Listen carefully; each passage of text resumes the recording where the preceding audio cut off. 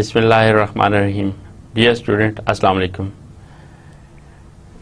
Data security end encryption, आज हम lecture number 19 start करेंगे। रिव्यू करते हैं, लास्ट लेक्चर में हमने क्या पढ़ा था। Last lecture basically hash function के ऊपर था। क्रिप्टोग्राफी में हैश फंक्शन बहुत इम्पॉर्टेंट एस्पेक्ट है। हैश फंक्शंस को क्रिप्टोग्राफी में कैसे यूज़ किया जा सकता है, उसके यूजेस को हमने देखा, उसकी रिक्वायरमेंट्स एंड उसकी सिक्योरिटी, उससे हम कैसे सिक्योरिटी अचीव कर सकते हैं। डिफरेंट सिक्योरिटी लेवल्स, उसमें डिफरेंट बिट साइज को यूज़ करते हुए हम कर सकते हैं। Hash function based on block cyphers, उस पर हमने डिटेल से डिस्कस किया। हमने SHA-1, SHA-2 एंड SHA-3 उसको हमने डिस्कस किया। उसमें वक्त के साथ साथ जो जो इम्प्रूवमेंट या एनहांसमेंट्स आई या जो सिक्योरिटी लेवल इम्प्रूव होता रहा, उसको हमने लास्ट लेक्चर में देखा। आज का लेक्चर जो है वो हमारा चैप्टर नंबर 12 पे कंसिस्ट कर रहा है। चैप्टर नंबर 12 जो है मैसेज ऑथेंटिकेशन कोड्स के ऊपर है कि हम मैसेज को कैसे ऑथेंटिकेट कर सकते हैं, सेंडर और रिसीवर मैसेज को कैसे ऑथेंटिकेट करेगा। At Cat's Green on the Sunday, he took the message from the inside of the pillar and added Peter's Moran's name to the two names already printed there in the Brontosaur code. The message now read Leviathan to Dragon, Martin Hillman, Trevor Allen, Peter Moran, observe and tell. What was the good of it? John hardly knew. He felt better. He felt that at last he had made an attack on Peter Moran instead of waiting passively and affecting no retaliation. Besides, what was the use of being in possession of the key to the code if he never took advantage of it? Message authentication. One of the most fascinating and complex area of cryptography is that of message authentication and the related area of digital signature. Cryptography के अंदर जहाँ पे बहुत से और aspect important हैं, जैसे last lecture में हैश फंक्शंस के हवाले से हमने देखा, इसी तरीके से मैसेज की ऑथेंटिकेशन भी बहुत इम्पॉर्टेंट जो है वो रोल प्ले करती है। तो उसमें यह है कि हमारे पास मैसेज ऑथेंटिकेशन, जो मैसेज सेंड किया जा रहा है वो ऑथेंटिकेटेड है नहीं है, सेंडर एंड रिसीवर दोनों पॉइंट पे जो मैसेज सेंड किया जा रहा है वो रिसीवर को वही मिल रहा है। एंड सेकंड, हमारे पास उसमें जो डिजिटल सिग्नेचर है उसका कॉन्सेप्ट आता है। डिजिटल सिग्नेचर्स के हवाले से हम देख सकते हैं कि क्या जो क्रिप्टोग्राफी में उसकी क्या इम्पोर्टेंस है। We now consider how to protect message integrity. तो हम अब देखते हैं कि हम मैसेज की इंटेग्रिटी को किस तरह प्रोटेक्ट कर सकते हैं। That is protection from modification, means कि हम उसको मॉडिफिकेशन उससे कैसे उसे रोक सकते हैं कि उसको मॉडिफाई ना किया जा सके, as well as confirming the identity of the sender. Generically, this is the problem of message authentication, and in e-commerce application is arguably more important than secrecy. तो हमारे e-commerce applications, उनके अंदर हम मैसेज authentication जो है वो हमारे लिए ज़्यादा इम्पोर्टेंस रखती है rather than उसकी सिक्योरिटी या secrecy. Message authentication is concerned with protecting the integrity of a message. तो मैसेज की जो ऑथेंटिकेशन है उसकी अगर हम बात करें तो उसका मेन जो पॉइंट है वो इंटेग्रिटी ऑफ द मैसेज उसको प्रोटेक्ट करना, validating identity of originator and non repudiation of origin means dispute resolution. There are three types of functions that may be used to produce an authenticator. तो तीन हमारे पास basically types हैं जिनको as a authenticator हम use कर सकते हैं. ए hash function जो हम लास्ट लेक्चर में हमने डिटेल से देखा था, मैसेज इंक्रिप्शन मैसेज को इंक्रिप्ट करना, and message authentication code MAC जिसे हम कहेंगे. तो ये तीन जो हैं बेसिकली तरीकों से हम मैसेज की ऑथेंटिकेशन कर सकते हैं, या हम उसे कह सकते हैं कि तीन ऑथेंटिकेटर्स हैं. Hash functions and how they may serve for message authentication. तो हैश फंक्शन हम कैसे अप्लाई करते हैं या ये किस तरीके से सर्व कर सकते हैं as authentication. Remainder of this section briefly examines the remaining two topics. The remainder of chapter elaborates on the topics of MAC. तो अब हम आगे जितना भी डिटेल है चैप्टर में हम उसमें MAC के ऊपर देखेंगे, message authentication code. Message authentication is basically concerned with first protecting the integrity of message.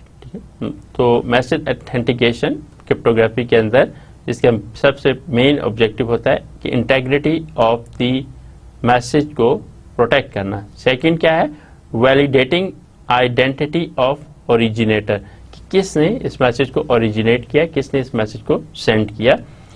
Message को भी हमने इंटीग्रेट करना है, उसकी इंटेग्रिटी को भी मेंटेन रखना है, उसकी आइडेंटिटी जो ओरिजिनेटर है जो सेंड कर रहा है उसको भी हमने वैलिडेट करना है, and then non repudiation of the origin.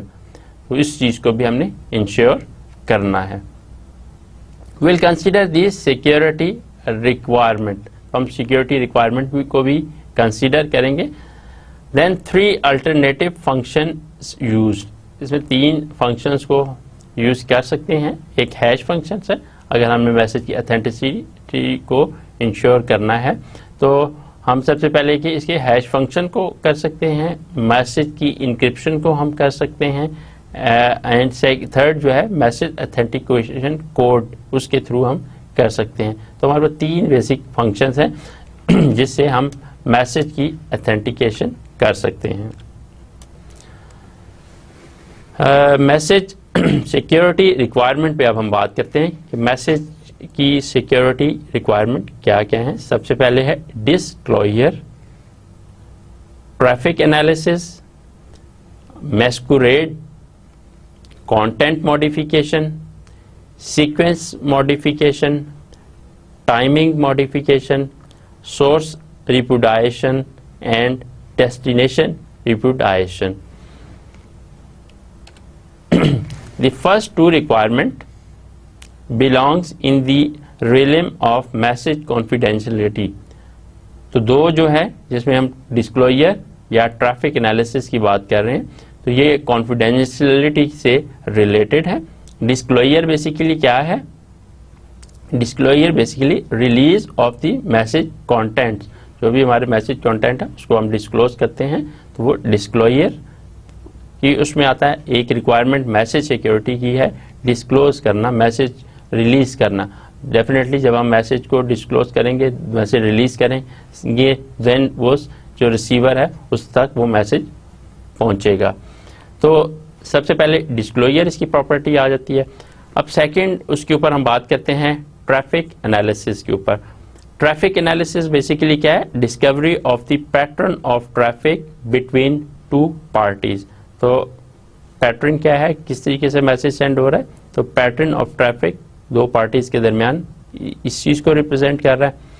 And are handled using the encryption technique already discussed. तो इसमें यह है कि हमारे पास इसकी जितनी भी इंक्रिप्शन टेक्निक्स हैं जो हम यूज करेंगे, जो हमने पहले से इसको हम डिस्कस कर चुके हैं डिटेल के साथ. नेक्स्ट आता है टाइमिंग मॉडिफिकेशन के लिहाज से. Timing modification, delay or replay of messages are generally regarded as message authentication. तो डिले या replay of message are generally regarded as message authentication. तो इसमें हम mechanisms for dealing specifically with item 7. Source repudiation क्या है? Denial of transmission of message by source. किसी भी source से हम मैसेज है that come under the heading of digital signature. तो हम ये है कि एक मैसेज जो है ट्रांसमिट हो रहा है किसी भी सोर्स से, हम उसको सोर्स रिपोर्टाइजेशन कहेंगे. उस अगर हम कह रहे हैं कि किसी सोर्स से कोई मैसेज आ नहीं रहा तो उसको डिनाई कर रहा है ट्रांसमिशन ऑफ मैसेज. सिमिलरली इसमें हम पे वो डिजिटल सिग्नेचर का कॉन्सेप्ट आ जाता है जिसको हम नेक्स्ट लेक्चर में देखेंगे कि डिजिटल सिग्नेचर से हम किस तरीके से कंफर्म कर सकते हैं, ऑथेंटिकेट कर सकते हैं कि ये सेंडर जो है वो वैलिड या ऑथेंटिकेटेड सेंडर है. Generally a digital signature technique will also counter some or all of attacks. तो डिजिटल सिग्नेचर से भी हम कुछ अटैक्स को काउंटर कर सकते हैं. Dealing with item 8 destination repudiation में इसमें क्या है हमारे पास denial of receipt of message by destination कि डेस्टिनेशन पे जो है वहां पे मैसेज रिसीव नहीं हो रहे, ठीक है, वो डिनाई हो रहे हैं. तो ये हमारा डेस्टिनेशन रिपुडाइजेशन होता है. And may require a combination of use of digital signature and a protocol design to counter this attack. तो अब इस अटैक को हमें देखने के लिए हमें यह करना पड़ेगा कि डिजिटल सिग्नेचर जो सेंडर वैलिड सेंडर भेज रहा है, रिसीवर है वैलिड रिसीवर उसको रिसीव कर रहा है, उसको हम वैलिडेट करेंगे. और इसमें हम एक protocol design to counter the attack, इसमें हम कोई प्रोटोकॉल भी उसमें डिज़ाइन कर सकते हैं, इम्प्लीमेंट कर सकते हैं सो दैट जो सेंडर और रिसीवर के दरमियान ऑथेंटिकेटेड सेंडर ऑथेंटिकेटेड रिसीवर के दरमियान कम्युनिकेशन हो सके, उसमें किसी किस्म की डिनाइल ऑफ सर्विस ना हो. In summary, message authentication is a procedure to verify. Message authentication का पर्पस क्या है? वो वेरीफाई करता है that received message come from the illeaked source and have not been altered. तो ये चीज़ वेरीफाई होती है कि जो मैसेज है वो एक प्रॉपर सोर्स से आया है और उसमें किसी किस्म की कोई चेंज नहीं हुई, प्रॉपर मैसेज है, कंप्लीट मैसेज है विदाउट एनी मॉडिफिकेशन, किसी किस्म के कोई स्निफिंग नहीं हुई, कोई किसी किस्म का कोई अटैक नहीं हुआ. मैसेज ऑथेंटिकेशन में also verify sequencing and time lines. तो ये है कि मैसेज ऑथेंटिकेशन के अंदर हम जहाँ ये वेरीफाई कर रहे होते हैं कि सेंडर होगा रिसीवर होगा. सेकेंड पॉइंट ये भी हम उसमें वेरीफाई कर रहे होते हैं कि सीक्वेंसिंग और टाइम लाइन उसके अंदर क्या होगा कि उस किस सीक्वेंस में वो मैसेज आ रहा है और कब मैसेज सेंड किया गया और कब वो रिसीव हुआ. तो ये एस्पेक्ट भी उसके अंदर हम देख रहे होते हैं. A digital signature is an authentication technique that also include measures to counter repudiation by the source. तो डिजिटल सिग्नेचर हमारे पास जो है वो एक ऑथेंटिकेशन की टेक्निक है और जिसमें जो काउंटर रिपुडाइजेशन बाय सोर्स के सोर्स से कोई मैसेज आ रहा है या नहीं आ रहा, डेस्टिनेशन पे वो रिसीव हो रहा है नहीं हो रहा, तो हमारे पास डिजिटल सिग्नेचर बेसिकली एक टेक्निक है जिससे हम इस चीज़ को वैलिडेट कर सकते हैं. सिमेट्रिक मैसेज इंक्रिप्शन की बात करते हैं. तो सिमेट्रिक मैसेज इंक्रिप्शन में हमारे पास message encryption by itself can provide a measure of authentication. तो मैसेज की जो इंक्रिप्शन है अगर हम उसको देखें तो मेजर ऑफ ऑथेंटिकेशन हमें प्रोवाइड करता है. The analysis differ for symmetric and public encryption scheme. तो इसमें यह है कि जैसा पब्लिक और पब्लिक की या सिमेट्रिक की जो है वो स्कीम, इनमें ये दोनों एनालिसिस डिफरेंट हो सकता है. तो If use different symmetric encryption, if no other party knows the key, then confidentiality is provided. तो सिमेट्रिक में जैसे हमने बात की थी कि उसमें हमारे पास एक सीक्रेट की शेयर्ड होती है, तो if no other party knows the key, अब वो सीक्रेट की दोनों में से कोई और पार्टी नहीं उसको फाइंड कर सकती या उस किसी पार्टी को नहीं उस चीज़ के बारे में पता, तो देन कॉन्फिडेंशियलिटी इज प्रोवाइडेड, तो फिर हमें कॉन्फिडेंशियलिटी उसमें मिल सकती है. As well symmetric encryption provides authentication as well as confidentiality. तो इस तरीके से सिमेट्रिक जो इंक्रिप्शन है वो हमें ऑथेंटिकेशन एंड कॉन्फिडेंशियलिटी प्रोवाइड करती है.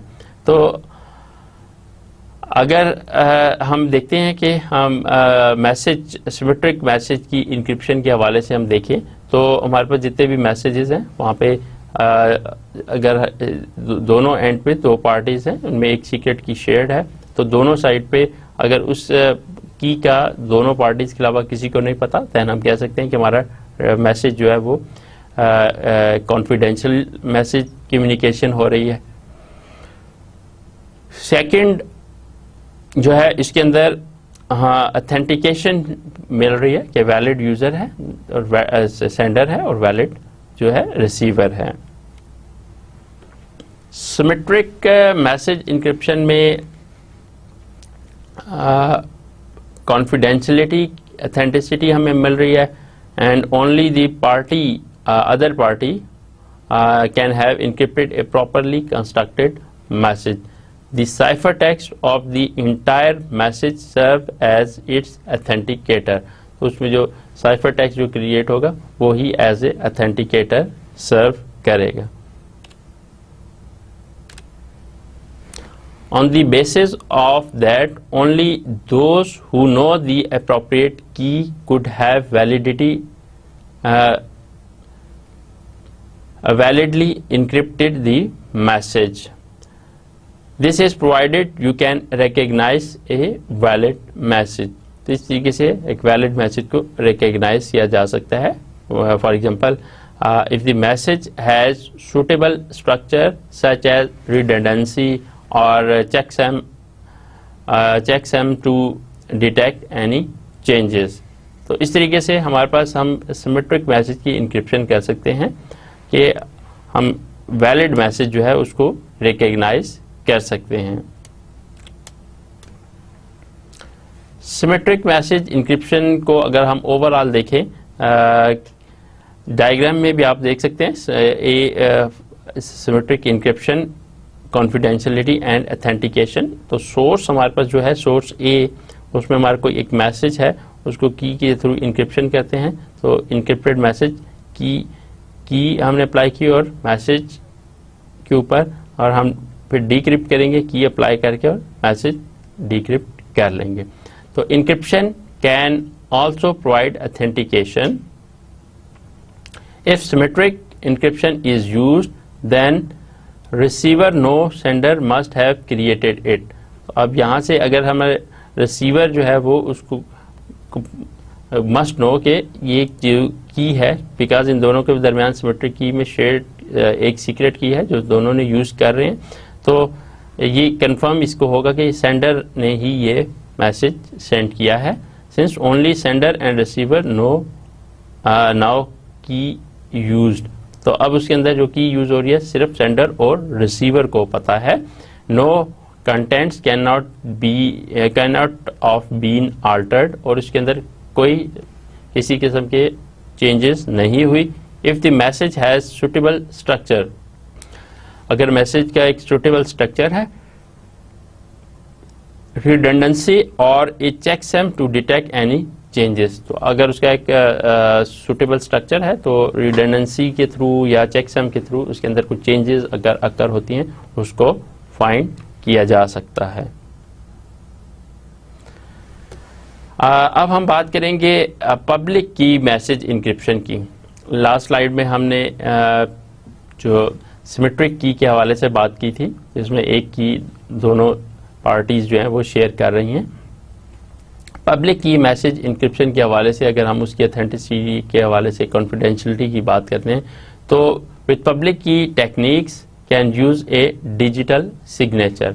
तो पब्लिक की टेक्निक्स में हमारे पास डिजिटल सिग्नेचर को हम यूज करते हैं for authenticity, which can only have been created by key owner to validate the integrity of the message contents. तो उसमें यह है कि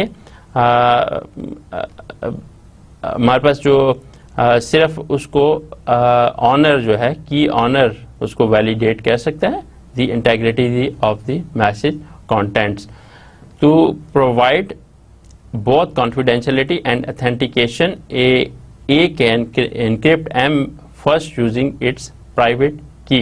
तो अब यह है कि इसमें हम किस तरीके से करते हैं कि कॉन्फिडेंशियलिटी और अथेंटिसिटी किस तरह प्रोवाइड कर सकते हैं कि A कैन इनक्रिप्ट M, हमारे पास जो डाटा ब्लॉक है, डाटा मैसेज है M है, उसको प्राइवेट की के को यूज करते हुए A उसको इनक्रिप्ट करेगा, which provides the digital signature to and then using B's public key. तो वो फिर डिजिटल सिग्नेचर के थ्रू उसका डिजिटल सिग्नेचर के थ्रू उसको वो सेंड करेगा एंड B's पब्लिक की और B पब्लिक की यूज करते हुए हम उसको डिक्रिप्ट कर सकेंगे, which provide कॉन्फिडेंशियलिटी। तो इस तरीके से उसमें कॉन्फिडेंशियलिटी भी मिल जाएगी। The disadvantage of this approach is that the public की एल्गोरिदम, तो इसका जो डिसएडवांटेज है पब्लिक की एल्गोरिदम है which is complex, must be exercise 4 time rather than 2 in each communication. तो उसमें यह है कि ये सिक्योर तो है बट यह इसमें डिसएडवांटेज है कि इसमें जो पब्लिक की एल्गोरिदम जो यूज हो रहा है वो उसकी कम्प्लेक्सिटी पे है कि उसमें जो कम्युनिकेशन जब भी हम कर रहे होते हैं तो उसमें वो इसमें जितनी भी एक्सरसाइज है वो 4 टाइम एक्सरसाइज हो रही होती है रादर देन 2। ओवरऑल अब हम पब्लिक की मैसेज इंक्रिप्शन की बात करें तो इसमें बेसिकली क्या हो रहा है कि if public key encryption is use, encryption provide no confidence of sender since anyone potentially knows public key. However sender signs message using their private key, तो जब उसको पब्लिक की के थ्रू करता है तो देन उसमें किसी किस्म की भी जो है सिक्योरिटी का इतना वो नहीं किया जा सकता कि ये सिक्योर होगा या नहीं होगा, बट ये है कि जब उस पर सेंडर जो है साइन कर देता है, डिजिटल सिग्नेचर करता है अपनी प्राइवेट की को यूज करते हुए, तो देन इनक्रिप्ट्स विद रेसिपिएंट्स पब्लिक की और उसको फिर जो रिसीवर है उसकी पब्लिक की से उसको इनक्रिप्ट करता है, have both secrecy and authentication. तो इससे हमें फिर सिक्रेसी भी मिल जाती है एंड अथेंटिकेशन भी मिल जाती है। Again need to recognize corrupted message, तो हमें फिर भी इसमें देखना पड़ता है कि कौन से मैसेज हैं जो करप्टेड मैसेजेस हैं, but A cost of 2 public की यूजेस ऑन मैसेज। तो उसमें यह है कि कॉस्ट हमें एडिशनल करनी पड़ रही होती है, जैसे हमने देखा लास्ट स्लाइड में कि 4 टाइम्स कॉस्ट जो है वो करनी पड़ती है इंस्टेड ऑफ 2 टाइम्स। तो हमारे पास फॉर एग्जांपल जैसे डायग्राम में आप देख सकते हैं कि एक मैसेज है, ठीक है, उसको हमने प्राइवेट की ए के प्राइवेट की से इनक्रिप्ट किया, देन हमारे पास इनक्रिप्टेड मैसेज जो है वो प्राइवेट की और मैसेज के ऊपर हमने इनक्रिप्शन किया, देन हमने इसके ऊपर पब्लिक की के अप्लाई की इस इनक्रिप्टेड मैसेज पे, देन हमारे पास अब ये इंक्रिप्शन जो है प्राइवेट की एंड पब्लिक की बेस पे साइफर टेक्स्ट बन जाएगा। अब नेक्स्ट जो है इसको जो डिक्रिप्ट करने वाला रिसीवर है उसको वो प्राइवेट की बी जो है उसके पास प्राइवेट की जो है उससे वो डिक्रिप्ट करेगा एंड देन हमारे पास ये मैसेज और प्राइवेट की इंक्रिप्शन का वो हमें मिल जाएगा, देन इसको पब्लिक की के साथ डिक्रिप्ट करेंगे एंड नेक्स्ट लास्ट पे हमें मैसेज मिल जाएगा। तो इस तरीके से हमारे पास ये पब्लिक की मैसेज इंक्रिप्शन का प्रोसेस जो है इस तरीके से परफॉर्म होता है। अब हम बात करते हैं मैसेज ऑथेंटिकेशन कोड मैक की। मैक बेसिकली क्या है? An alternative authentication technique involve the use of secret key to generate a small fix block of data, fix size block of data. तो अब ऑथेंटिकेशन के लिए हम एक और हमारे पास मेथड है मैसेज ऑथेंटिकेशन कोड। तो इसमें क्या है कि हम fix size of block of data हम इसमें जनरेट करते हैं, known as the cryptographic checksum or MAC that is appended to the message। इसको हम MAC कहते हैं या cryptographic checksum। This technique assumes that two communicating parties, say A and B, share a common secret key K। तो message authentication code के अंदर ये technique basically ये अज्यूम करती है कि दो हमारे पास पार्टीज हैं, एक for example A and B, तो दोनों जो है वो एक कॉमन सीक्रेट की के जिसे कहते हैं उसको शेयर करती है। MAC function is similar to encryption. तो मैसेज ऑथेंटिकेशन कोड जो है ये जो है सिमिलर टू इनक्रिप्शन है, except that the MAC algorithm need not be reversible as it must for decryption। तो डिक्रिप्शन और मैक के अंदर ये है कि मैक जो है वो मैसेज ऑथेंटिकेशन कोड है वो हम अप्लाई करते हैं जैसे इनक्रिप्शन में अप्लाई करते हैं, बट ये है कि इनक्रिप्शन और उस प्रोसेस में हमारे पास डिक्रिप्शन का प्रोसेस होता है जो कि रिवर्स प्रोसेस होता है। तो मैक एल्गोरिथम में ये रिवर्स प्रोसेस नहीं होता।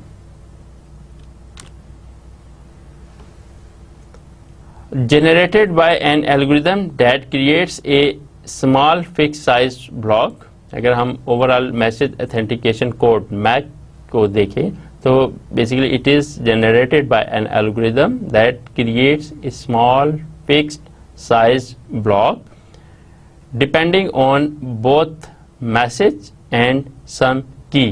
तो वो डिपेंड करता है उसके ऊपर, and like encryption do need not be reversible. तो इंक्रिप्शन की तरह इसको ये रिवर्सेबल नहीं होता। Appended to message as a signature. तो मैक जो मैसेज ऑथेंटिकेशन कोड है ये बेसिकली किसी भी एक मैसेज के साथ एक सिग्नेचर की तरह उसके साथ अटैच कर दिया जाता है, अपेंड कर दिया जाता है। Receiver perform same computation on message and check it match the MAC. तो रिसीवर जो है वो दूसरे एंड पे जब मैसेज इसके साथ जब हम इसको सेंड करेंगे उसके साथ डिजिटल सिग्नेचर अटैच करके, जैसे डिजिटल सिग्नेचर इसी तरह का मैक जो कोड है मैसेज ऑथेंटिकेशन कोड उसको सेंड करेंगे। तो रिसीविंग एंड पे वो इसी तरीके से जैसे हम उसको अटैच करेंगे वैसे ही कंप्यूटेशन परफॉर्म करेगा उस मैसेज के ऊपर, and checks it match the MAC. तो मैच के साथ जो भी कोड है मैचिंग उसको चेक करेगा एंड उससे फिर उसको वैलिडेट करके ऑथेंटिकेट करके उसको मैसेज को गेट कर लेगा। Provide assurance that message is unaltered and comes from sender. तो इससे यह है कि जो सेंडर है जब वो उसको मैक कोड के साथ सेंड करेगा रिसीवर को वही मैक कोड मिलेगा, उसके साथ वो मैच करेगा तो उससे कंफर्म हो जाएगा ये एक वैलिड सेंडर की तरफ से मैसेज आया है और वो एक हमारे पास अनअल्टर्ड मैसेज है, एक ओरिजिनल मैसेज है, उसमें किसी किस्म की कोई भी फेकनेस नहीं है। Basically it is an alternative authentication technique involves the use of secret key to generate a small fixed size block of data known as cryptographic checksum or MAC that is appended to the message. This technique assumes that the two communicating parties, say A and B, share a common secret key K. तो ये एक common key को share कर रहे हैं. When A has a message to send to B, जब A जो है किसी एक मैसेज को B को सेंड करना चाहता है, it calculates the MAC as a function of the message, तो वो मैक वैल्यू को as a function of the message उसको कैलकुलेट करेगा।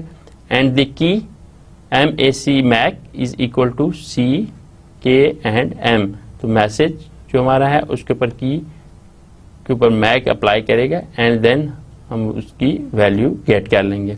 The message plus MAC are transmitted to the intended recipient, तो इस तरीके से वो मैक एड्रेस और प्लस साथ में मैक कोड एंड प्लस उसके जितनी भी जो मैसेज है उसको उसके साथ अपेंड करके जो इंटेंडेड रेसिपिएंट है उसको सेंड कर दिया जाता है।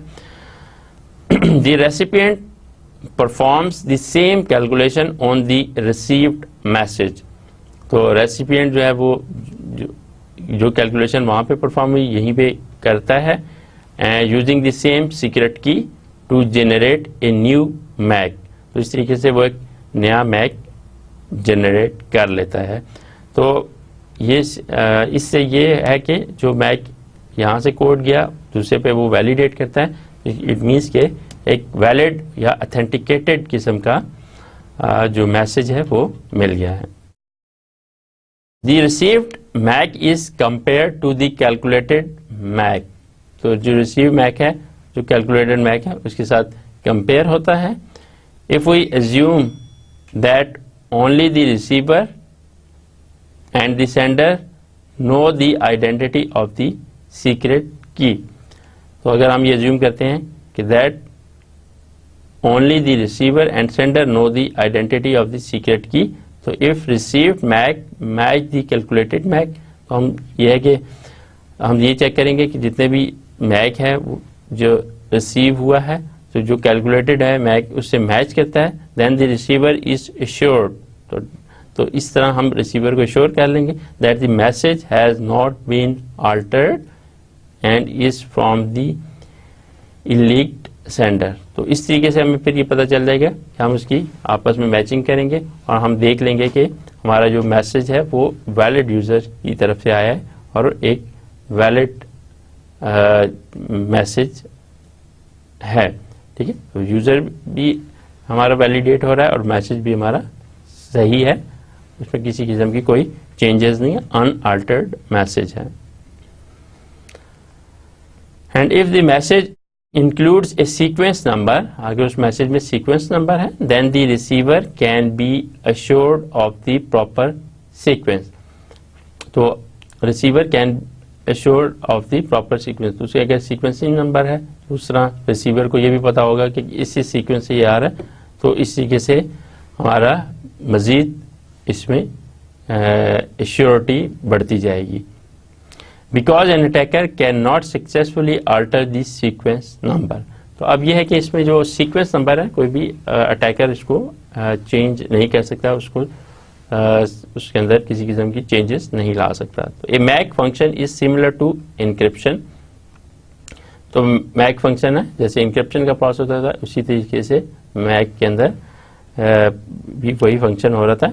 On difference is that the MAC algorithm not need be reversible, तो उसमें यह है कि जो मैक का एल्गोरिथम है वो रिवर्सेबल नहीं है as it must for encryption for decryption, तो डिक्रिप्शन में ये प्रोसेस रिवर्स भी प्रोसेस एग्जिस्ट करता है। तो in general the MAC function is a many to one function, तो इसको हम फिर मैनी टू वन फंक्शन कहेंगे। तो जनरली हम ये देख सकते हैं कि मैसेज ऑथेंटिकेशन कोड के अंदर बेसिकली क्या हो रहा है कि हम मैसेज को सेंड करते हैं, कोई भी एक मैसेज है, अब हमारा सेंडर है रिसीवर है, हम message authentication code MAC code हम क्यों यूज़ करते हैं ताकि हमारा जो सेंडर है उसके पास वो मैक वैल्यू उसके पास है एंड जो रिसीवर है उसके पास भी कैलकुलेटेड वैल्यूज़ हैं। अब जो सेंडर है वो वैल्यू मैसेज के साथ मैक वैल्यू को अटैच करके रिसीवर के पास उस रेसिपिएंट के पास उसको सेंड करेगा, तो जब वो मैसेज उसके पास जाएगा तो वो मैक वैल्यू कैलकुलेट करके उससे मैच करेगा, उसके साथ अगर उसकी मैचिंग बन जाती है देन इट मीन्स कि वो उसने जो मैसेज आया वो एक ऑथेंटिक जो सेंडर है उससे आया है और देन फिर उसके अंदर जो मैसेज है वो भी वैलिड मैसेज है। फर्दर अगर उसके अंदर हमने बात की थी कि सीक्वेंसिंग भी ऐड की जा सकती है, अगर सेंडर जो है उसके अंदर सीक्वेंसिंग मैसेज की डाल देता है तो रिसीवर के पास वही सीक्वेंसिंग है, तो उसी सीक्वेंसिंग के थ्रू उसको वो मैसेज को वैलिडेट कर सकता है कि ये original message original validated person से ही आया है।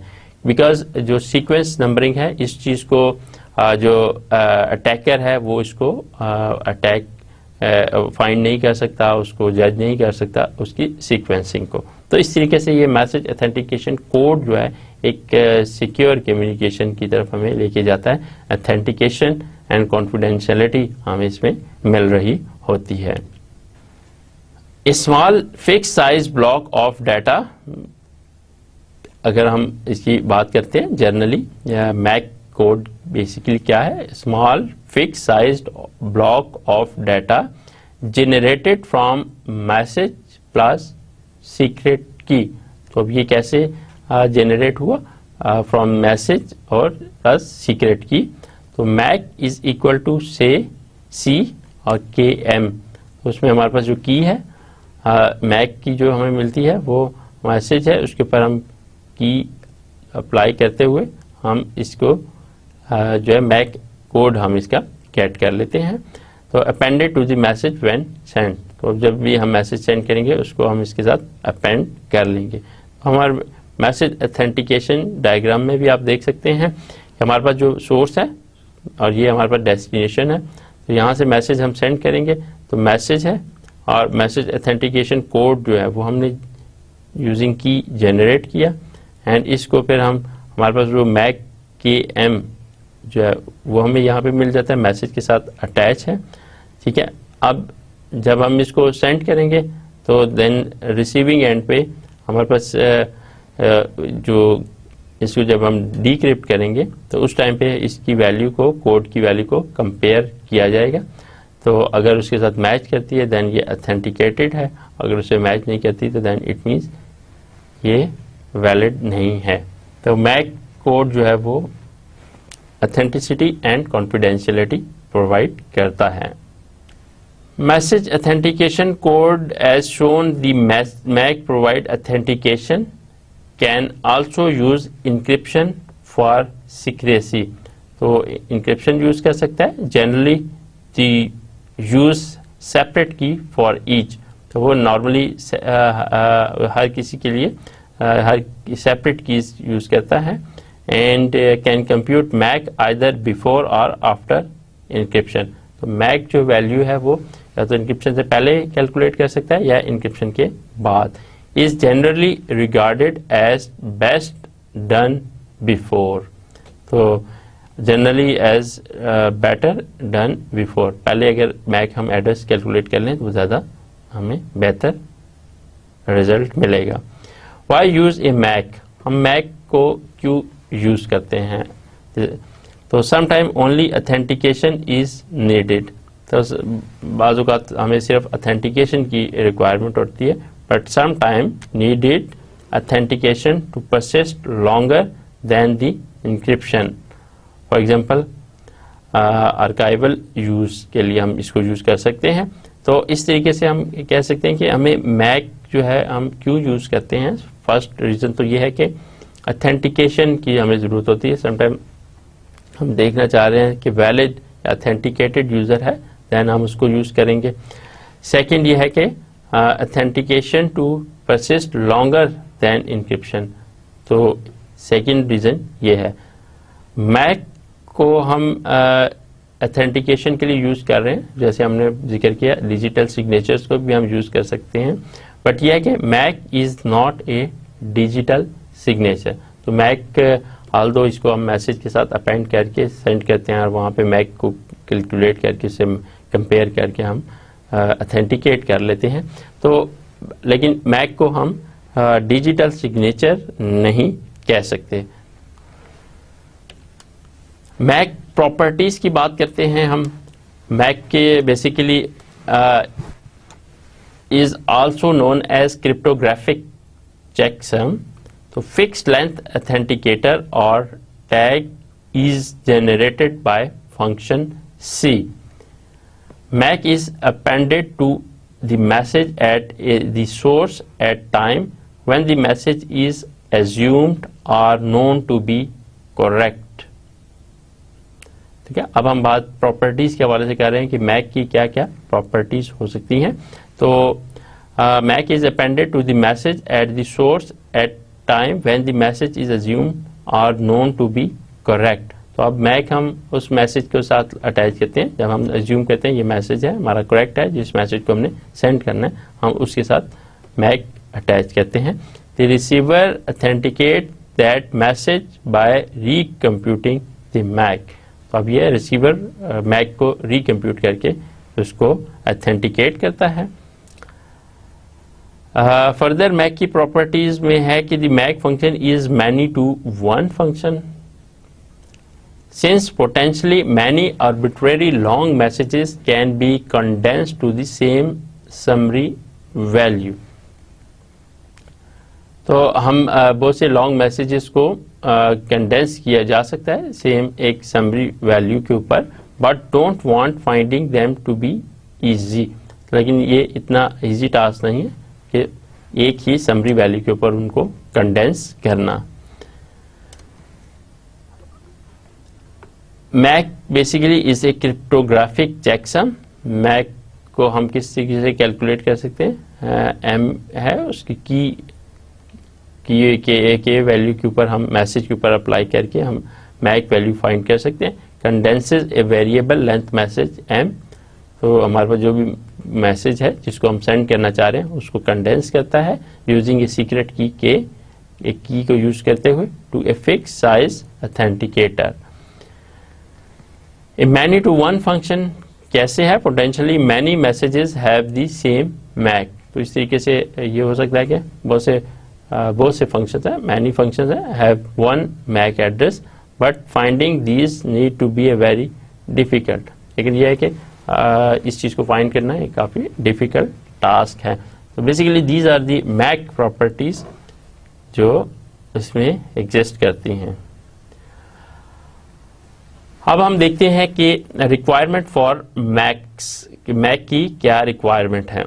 Taking into account the types of attack. तो अब हम ये देखते हैं कि हम अपने माइंड में कि हमारे पास कितने टाइप के अटैक्स जो हो सकते हैं। तो need the MAC to satisfy the following. सबसे पहले क्या है, किन तीन चीज़ों को सेटिस्फाई कर सकते हैं। फर्स्ट है knowing message and MAC is infeasible to find another message with same MAC। Knowing a message and MAC is infeasible to find another message with same MAC। Second, MAC should be uniformly distributed। Uniformly distribution उसके अंदर होनी चाहिए। And third, MAC should depend equally on all bits of the message।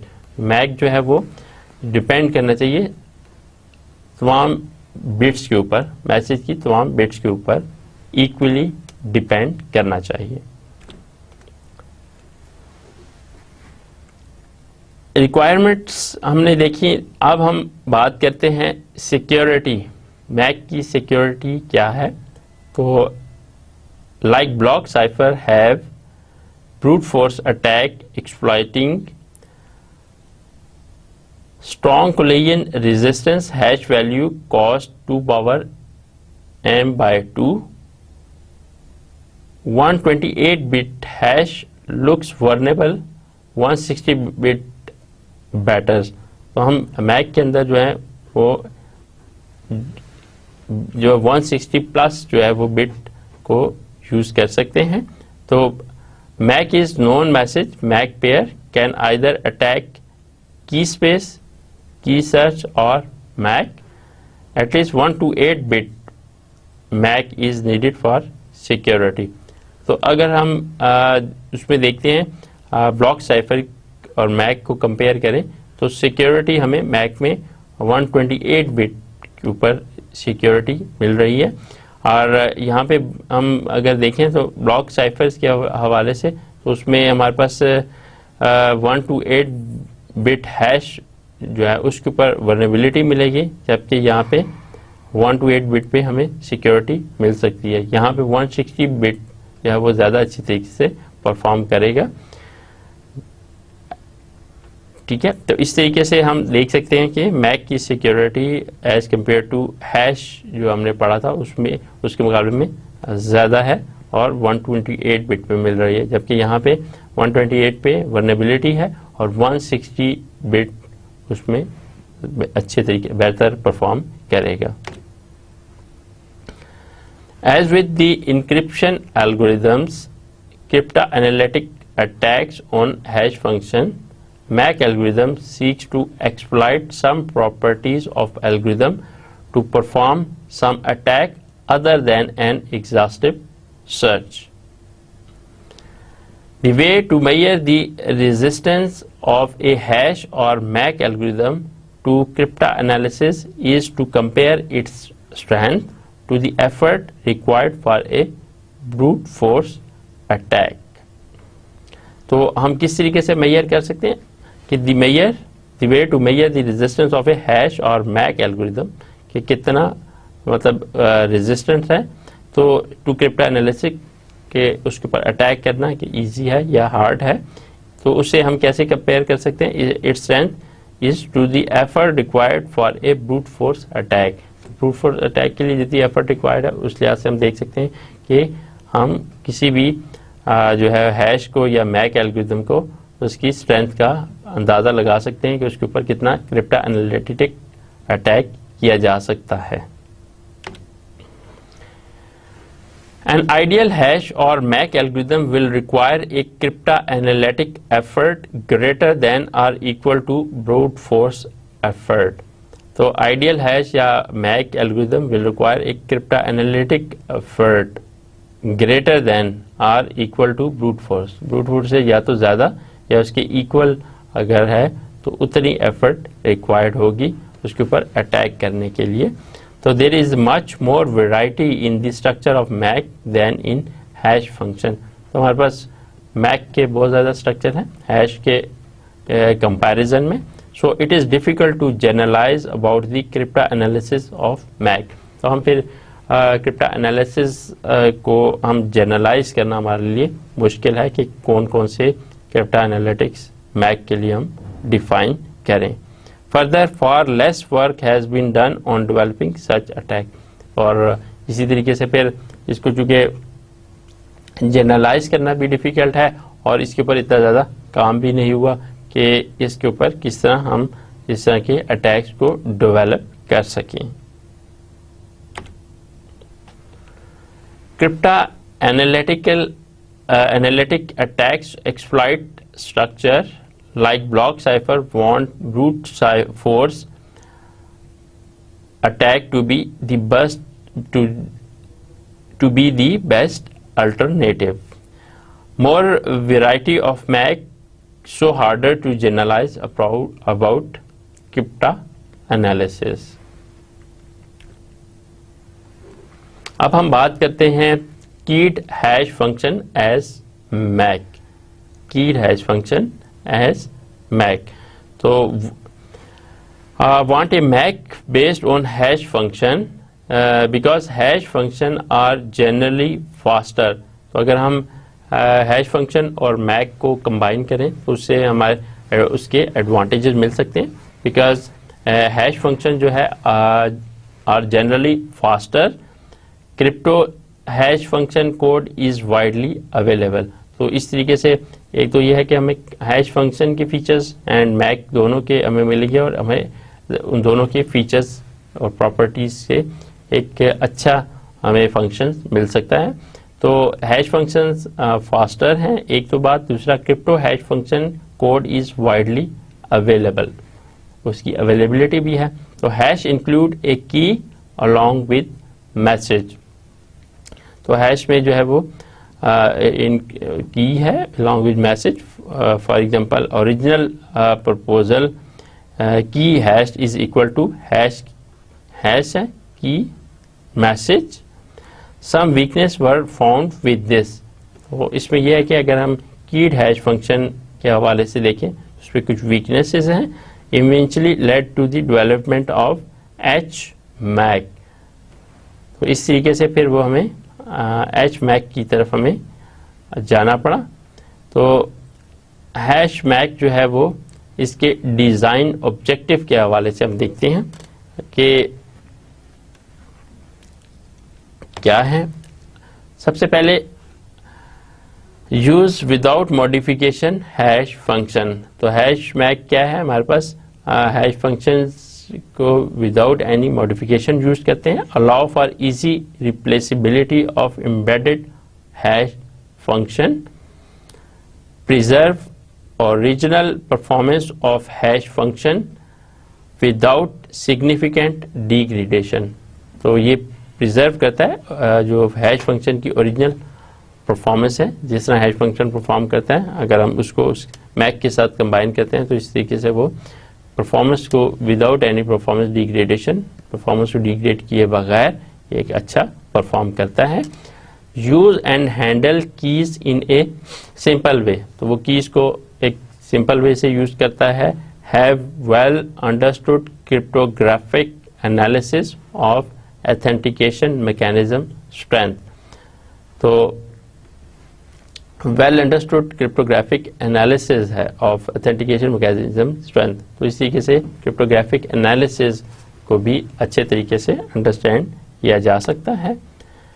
H Mac की security के हवाले से हम बात करते हैं कि proved security of H MAC relates to that of the underlying hash algorithm. तो attacking H MAC requires either, उसके ऊपर कैसे क्या अटैक किया जा सकता है, brute force attack on key use, या तो उसके ऊपर ब्रूट फोर्स अटैक किया जा सकता है। Second, birthday attack, but since keyed would need to observe a very large number of messages. तो यह है कि उसके ऊपर हम बर्थडे अटैक भी कह सकते हैं, लेकिन की जो है वो जो की इसके अंदर यूज की जा रही है वो जो साइज है मैसेज का, लार्ज नंबर ऑफ मैसेजेस के लिए यूज किया जा रहा है। Choose hash function used based on speed versus security constraint. तो हैश फंक्शन को जो यूज करने का पर्पस भी है जो, तो वो बेस करता है वो स्पीड वर्सेस सिक्योरिटी कंस्ट्रेंट। अब हम बात करते हैं using symmetric cipher for MAC. Can use any block cipher chaining mode and use final block as MAC. Data authentication algorithm DAA is a widely used MAC based on DES CBC using IB is equal to 0, IB जो है वो 0 है, and 0 pad for final block. Encrypt message using DES in CBC mode and send just the final block as MAC. Or leftmost M bit, M is less than or equal to 64 and greater than or equal to 16 a final block. मतलब 16 से बड़ा block होगा, 64 maximum उसका size होगा। But final MAC is now too small for security. तो इस तरीके से हम एक डाटा ऑथेंटिकेशन एल्गोरिथम जो है वो यूज करते हैं। Is a widely used MAC based on DES CBC। तो एक DAA जो है वो मैक बेस्ड जो है एक बना हुआ है, जिसमें जो यूज़ करता है, जिसके फीचर्स क्या क्या हैं कि वो इनिशियलाइजेशन वेक्टर 0 से स्टार्ट करता है, 0 pad of final block, encrypt message using DES इस मोड से इनक्रिप्ट करता है, and send just the final block as MAC. तो final block as MAC send करता है। तो इसका जो साइज है वो हमने बात की 16 से ग्रेटर है, बट लेस देन 64 है। सी मैक की बात करते हैं। Previously saw that DAA CBC MAC that is widely used in government and industry departments but has message size limitation। लेकिन इसमें मैसेज साइज की लिमिटेशन है। Can overcome using 2 keys and padding. तो 2 कीज और पैडिंग के through इसको overcome किया जा सकता है, दस forming the cipher based message authentication code. तो इस तरीके से फिर वो CMAC बना देते हैं, cipher based message authentication code adopted by NIST SP 80038B। तो इस तरीके से जो हमारे जो मैसेज की लिमिटेशन है एंड और इसके अंदर जो शॉर्टकमिंग्स हैं उसको DAA के अंदर उसको कवर करने के लिए फिर cipher based message authentication code बना, जिसको बाद में एज ए स्टैंडर्ड जो है वो NIST के अंदर उसको अडॉप्ट भी किया गया। अब हम बात करते हैं ऑथेंटिकेटेड इंक्रिप्शन के हवाले से कि simultaneously protect confidentiality and authenticity of communication often require but usually separate. तो कम्युनिकेशन जब भी हम कर रहे होते हैं तो नॉर्मली हमें कॉन्फिडेंशियलिटी और ऑथेंटिसिटी दोनों रिक्वायर्ड होते हैं, और नॉर्मली दोनों रिक्वायर्ड होते हैं, बट समटाइम सेपरेटली भी होते हैं। कभी कॉन्फिडेंशियलिटी हमें ज़्यादा चाहिए होती है, कभी ऑथेंटिसिटी चाहिए होती है। डिक्रिप्शन वेरिफिकेशन स्ट्रेट फॉरवर्ड, हम डिक्रिप्शन या वेरिफिकेशन वो तो लाजमी कर रहे होते हैं, but security vulnerabilities with all these. लेकिन ये कि हम सिक्योरिटी अटैक्स भी हो सकते हैं, वर्नेबिलिटीज भी हो सकती हैं।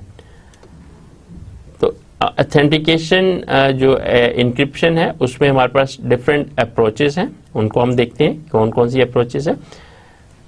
हैश देन इनक्रिप्ट हम करते हैं, ठीक है। तो हम क्या करेंगे, हैश करके उसको इनक्रिप्ट कर देंगे। सेकंड अप्रोच क्या है, मैक देन इनक्रिप्ट करेंगे, मैक करके एंड उसकी इनक्रिप्शन करेंगे, देन इनक्रिप्ट करके देन मैक करें, ओके, देन इनक्रिप्ट करके फिर हम उसको मैक कर सकते हैं, ठीक है। एंड फोर्थ अप्रोच क्या हो सकती है, encrypt and MAC. Encrypt and MAC, encrypt और मैक करना, encrypt then MAC, MAC then encrypt and hash then encrypt. तो हमारे पास ऑथेंटिकेशन के लिए 4 जो है वो अप्रोचेस यूज की जा रही होती हैं। अब हम बात करते हैं counter with cipher block chaining message authentication code CCM।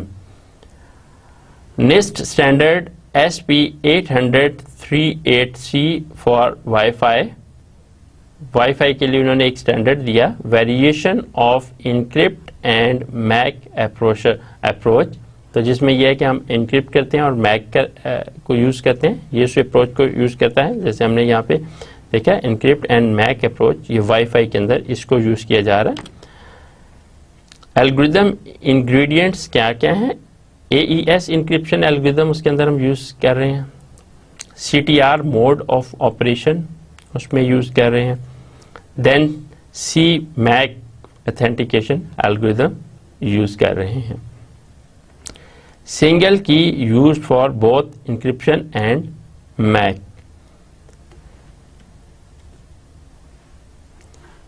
ग्लोइस और काउंटर मोड GCM, GCM क्या है, Galois counter mode. NIST standard SP 838D parallelizable message is encrypted in a variant of CTR। उसको CTR के जरिए उसको इनक्रिप्ट किया जाता है मैसेज को, and then cipher text multiplied with key and length over into power 128। तो पहले उसके CTR के थ्रू उसको इनक्रिप्ट, मैसेज को इनक्रिप्ट किया जाता है, then cipher text multiplied with key, उसको की से मल्टीप्लाई करना, एंड लेंथ जो है वो 2 power 128 to generate authenticator tag. तो वो ऑथेंटिकेटर टैग उसका जनरेट किया जाएगा, have GMAC MAC only mode also.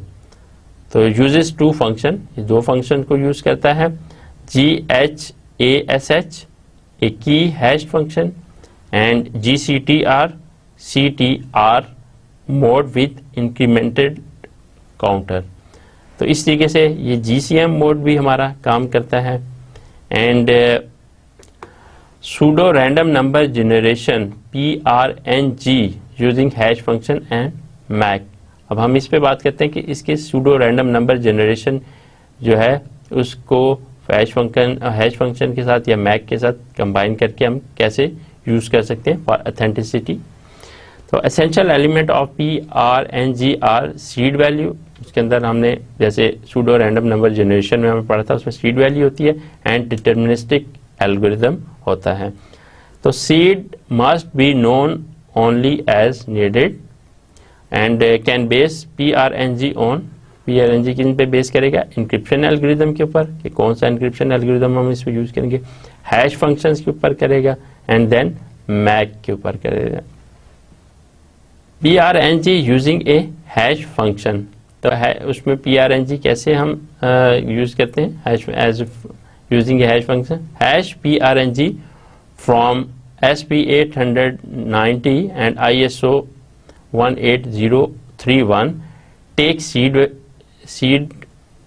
Okay, ये सीड वैल्यू लेगा, रिपीटेडली ऐड 1, फिर देन हैश वैल्यू आ जाएगी, use n bit of hash value as random value and secure if good hash used. तो PRNG using cryptographic hash function. अब इसको हम देखते हैं कि हमारे पास सिंपल क्या है, 1 एक रिपीटेडली ऐड हो रहा है इसमें, तो हमारे क्रिप्टोग्राफिक हैश फंक्शन है। तो इसमें जो हमारे पास जो वैल्यू है वो सीड वैल्यू जो है 1 को रिपीटेडली ले रहा है। तो इससे देन फंक्शन अप्लाई करने के बाद सूडो रैंडम आउटपुट जनरेट होती रहेगी। तो इस तरह हम PRNG using a hash function देख सकते हैं। PRNG यूजिंग ए मैक, उसको हम देखते हैं। तो MAC PRNG in SP800 to 90 IEEE 802.11i इसमें ये यूज करते हैं। तो यूज की HMAC के अंदर हम की यूज करते हैं, input based on last hash in various वे। तो इस तरीके से हमारे पास ये वैल्यू एंड की इसमें एक तो यूज होती है HMAC, इससे सूडो रैंडम आउटपुट जनरेट होगी एंड लास्ट जो हैश वैल्यू है वो HMAC में यूज होगी एंड इस तरीके से pseudo random number output generate होती रहेगी।